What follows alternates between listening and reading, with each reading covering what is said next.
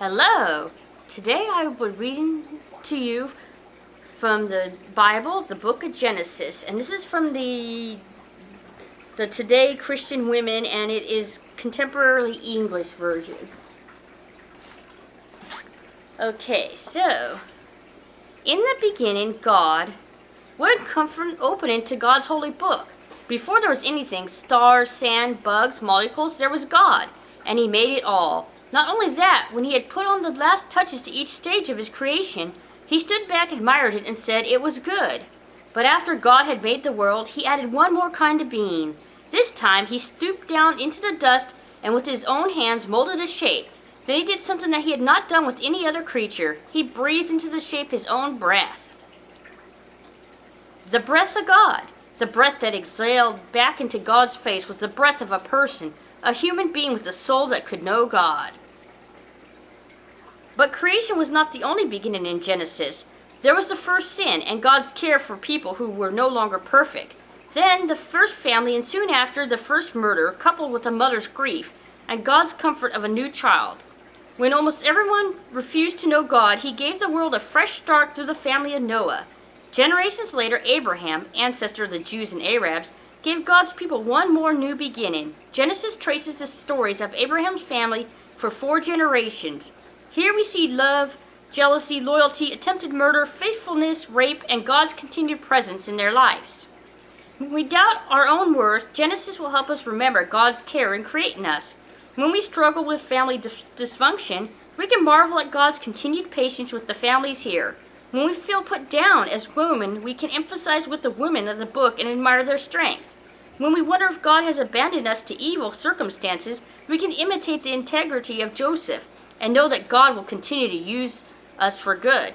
Genesis was probably written by Moses during the Hebrews' 40 years of desert wanderings in about 1446 to 1406 BC. Yet Genesis contains the oral history of God's people told from parent to child from the beginning of time. Genesis at a glance. Before there was anything, there was God. Natural beauty comes from God. God made it all. Why do we do wrong things? It started here. The first family and the first murder. God uses Noah to give the world a fresh start, and the world responds by building the Tower of Babel. God calls Abraham to form a new people who belongs to God. Okay, so let's see. Oh, there's some more. Abraham, Sarah, and Isaac, aging parents and their son. The story of Isaac and Rebekah with their rival twins Jacob and Esau. Jacob's 12 sons, especially Joseph. Even if family treats us terribly, we can forgive, and God can use us for good. So, Genesis chapter 1. In the beginning, God created the heavens and the earth. The earth was barren, with no form of life. It was under a roaring ocean, covered with darkness, but the Spirit of God was moving over the water. The first day. God said, "I command light to shine," and light started shining. God looked up at the light and saw that it was good. He separated light from darkness and named the light day and the darkness night. Evening came and then morning. That was the first day. The second day. God said, "I commanded a dome to separate the water above it from the water below it." And that's what happened. God made the dome and named it sky. Evening came and then morning, and that was the second day. The third day. God said, "I command the water under the sky to come together in one place, so there will be dry ground." And that's what happened. God named the dry ground land, and He named the water ocean. God looked up at what He had done and said it was good. God said, "I command the earth to produce all kinds of plants, including fruit trees and grain." And that's what happened. The earth produced all kinds of vegetation. God looked at what He had done, and it was good. Evening came and the morning. That was the third day. The fourth day, God said, "I command lights to appear in the sky and to separate day from night, and to show the time for seasons, special days and years. I command them to shine on the earth." And that's what happened. God made 2 powerful lights, the brighter one to rule the day and the other to rule the night. He also made the stars.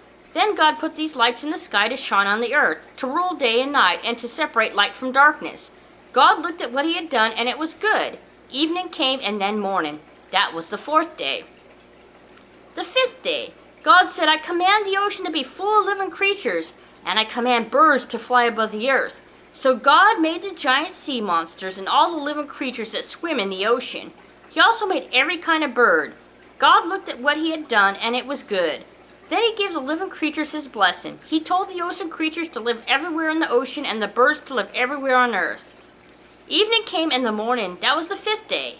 The 6th day, God said, I command the earth to give life to all kinds of tame animals, wild animals, and reptiles. And that's what happened. God made every one of them. Then he looked at what he had done, and it was good. God said, now we will make humans, and they will be like us. We'll let them rule the fish, the birds, and all other living creatures.